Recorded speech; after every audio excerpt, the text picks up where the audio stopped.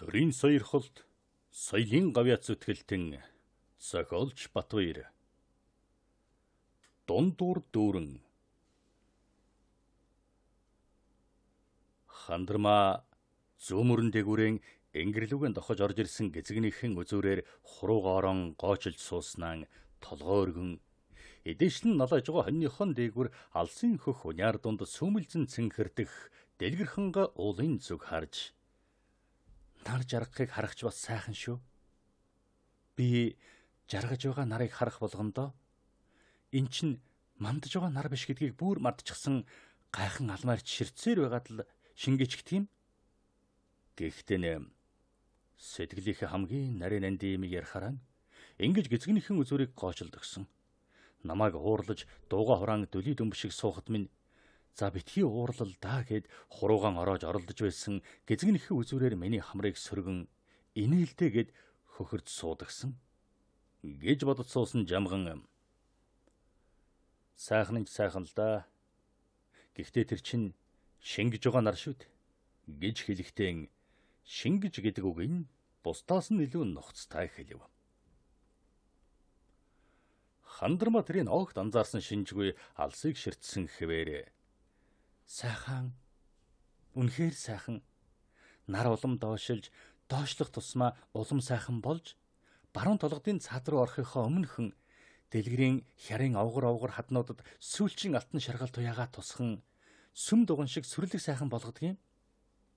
Дэрэгдүүр нь өдөржин хон хариулж дээрэнж гарч явсан. Тэгэхэд надад нэг их сайхан харагддаг байсан. Тэгсэн хэрнээ нар шинхийн алдад жаахан алсханаас харахад ямар сайхан харагддаг гэж. Тэгэхэд л би ямар хазар мал дагаж гаравда сургууль соёлын мөр хөгөд явчихсан бол энэ чинь үзэхгүй шүү дээ гэж боддгийн.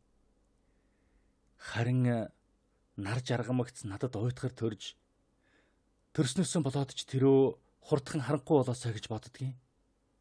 Хоёрын хооронд гэрэлтүүлэгч биш өгөөч биш байх нь гачлантай юм шиг. Гэд сая жамгарн руу харж юу хэлэх нь вэ гэсэн шиг төвний өдөөс анхааралтай ширтлээ. Төвний нүдэнд ямар нэгэн нууц оршин тэрхүү нууц нь уйтгар гунигч юм шиг, бодлогошрол мөрөөдөлч юм шиг, бодол дундаа дуниартан совин төдий сүмэлзэн байхыг олж харсан жамган мартаж болохгүй юм.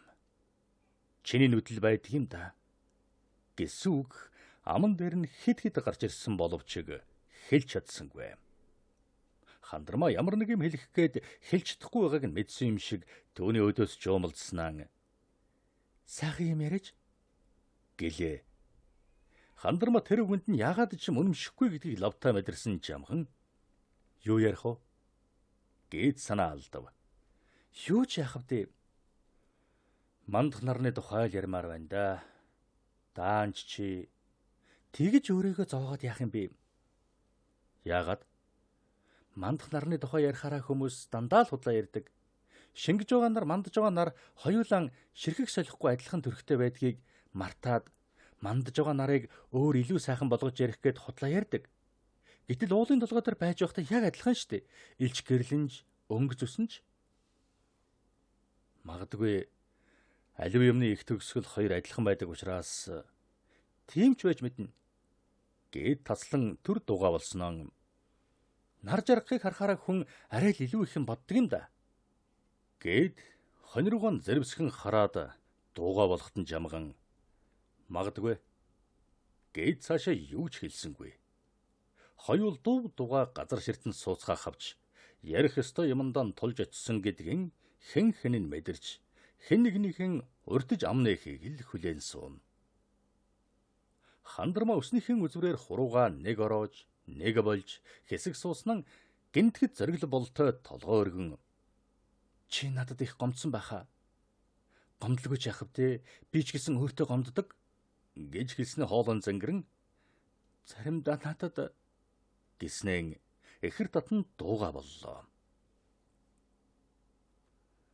Жамган толгой үүд татаагүй боловч хандрмаагийн тунгалаг хар нүдийг нулимс хэрхэн бүрхэж улаа бутарсан яган хацар дээгүүр нь хэрхэн бөмбөрхийг сэтгэлдэн үжиж суулаа. Хандрмаа өрөөсөн алчуур гарган нулимсан арчаад сая дотор нь онгоосын янзтай уртаар санаа алдан Одоо яа гэв?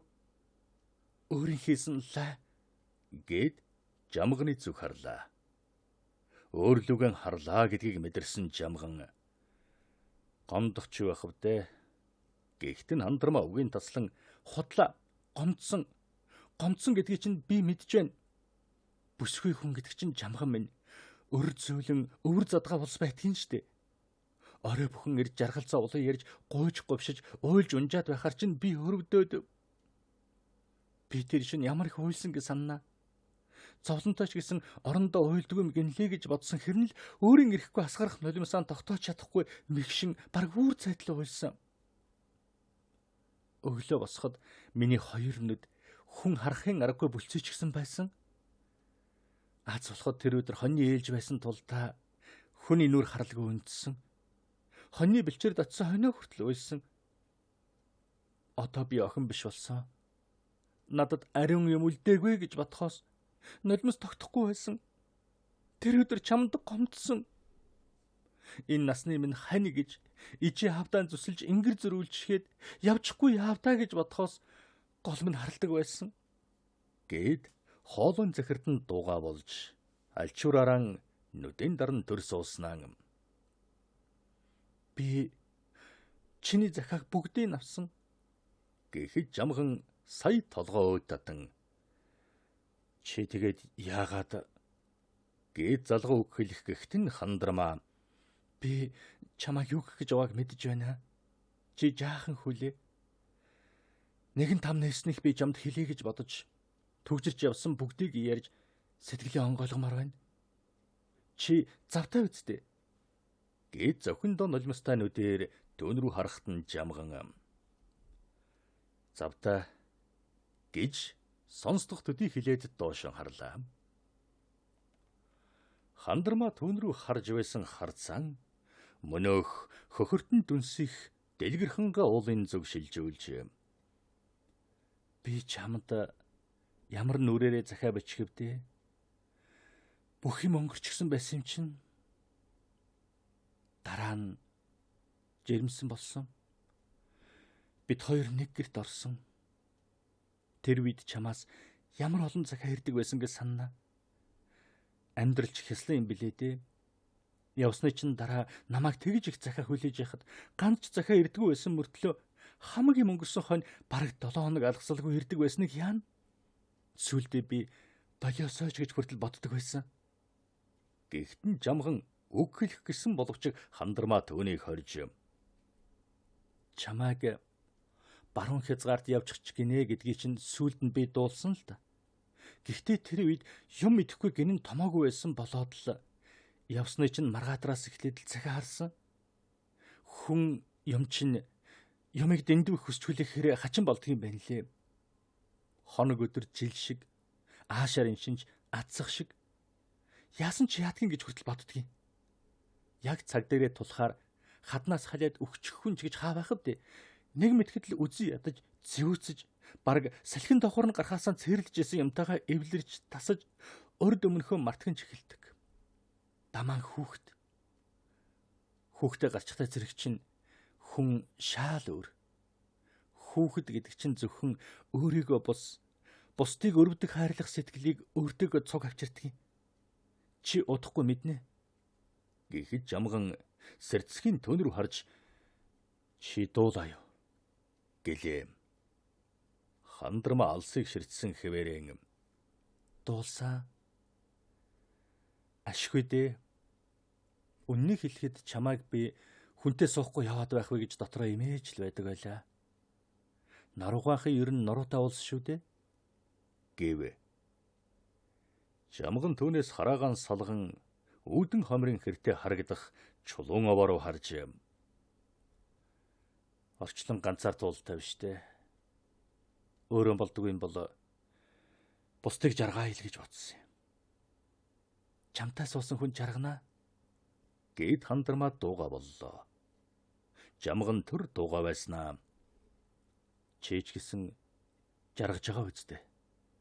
Гэхэд Хандармаа санаа алдаснаа тайван намуухан дуугаараа болж л байна. Аав минь амьд сэрвэндээ ийм чимаар дутлаа Тийм ч мар дутлаа гэж ээжийг өглөхт нь дээл таарсан байхын дээр байдаг. Хормойн дутуул огтордож өвдөх хөргөөд байх хэрнээ урт хормой бол хөл ороож хөдөлж явхад саад болдог. Амьдрч мөн иймэрхүү л нэг илүүчгүй нэг их дутуучгүй байхын дээр байдаг. Ер нь тэгээд хүн жаргыг гэвэл жаахан дундуур байхад гэмгүй байдаг. Тийм ч учраас дээр үеийн хүмүүс дундуур дүүрэн гэж ярьдаг байсан юм гэдгсэн. Үнэн ч байхаа да. Гээд дууга боллоо. Жамган андармаараа харснаа өврөн уудлан эрийн цаасанд бодолтой юм гаргаж түүн рүү сарвайлаа. Хандармаа харснаа юу юм? Гэхдээ чамд авсан юм. Гэхэд хандармаа түүний гардах бодолтой юмнаас хард салган алсыг ширтэж чи энийг л өгөх гэж ирсэн юм уу? Гэв. Жамган түүний зүг гардхан сарвайсан хэвээр өөр юм өгөхөөр чи ямар тоож авах вэ штэ? Эхнэртээ аваач өгөө. Чамд зориулж авсан юм аа. Чамд надтай ярих юм байхгүй мó? Миний ярих бүхүүг энэ Чингистэй би. Сар бүрд цалин гэж өгдөг байсан 10 төгрөгөө хурааж цуглуулж байж авсан юм. Хайрлж хямгадж байж авсан юм байна штэ. Эхнэр бол хүндээ өгвөл дээр штэ. Өөр хүнд авчихад чамд авсан юм а гэж би хүн хуурч чадахгүй л дээ. Би ч гэсэн хуурч чадахгүй. Юу гэх юм? Хээрээс оллоо гэж худлаа хэлэх юм уу? Намайг өгсөн гэхгүй юу? Гэд удал сарвайсан дан гарын цуц болтой. Хандармаг өмнө бодолтой юм тавихт нь хандармаа аргадангуй. Үрээ маань эцэг ханилж байгаа хань минь юм болохоор би сэтгэлд нь юм хийчихгүй юмсан гэж санддаг юм шүү. Гэв. Түүний ер бусын амгалан байдалд автсан жамган нэлээн зөөлрч хамаг хүсэл мөрөөдөл сэтгэл санаамын шингээс юм гэж бодоод авчих та. Тих тусмаа авахгүй. Нүдэнд харагдахаараа сэтгэл санаа хөмрүүлээд байна. Чамтай анх уулзсны дараа сэтгэл санаа ямар их үемэрсэн гэж санана. Орчлон оронгороо ирчихсэн юм шиг л болсон. Дөнгөж нүүж буучхад гэрэнч барайгүй юмаач оруулаагүй айл шиг. Нилээн хит хонож бүх юм хуучин байрандаа орсон хойно хүртэл тэр уулзалт санагдан эмзэг газрын шарх шиг хөндөрлөөд байсан. Би тэгээд энийг яах вэ? Уг нь чи хэрэггүй л авсан. Тэр тэргүй ганц захааны хариу очихгүй байхад энэ үгэнд жамганы дургүй хурж мөнөх бодолтой юм авч хандармаа руу гар салгана болон сарвайж авахгүй юм биз дээ. Гэхдээ хандармаа өөдөөс нь мөнөөхөл учиртай чим шиг бодлогоширсан чим шиг дуниардсан тунгалаг харна дээр ширтэн наадгаар ч л дундуур явъя да.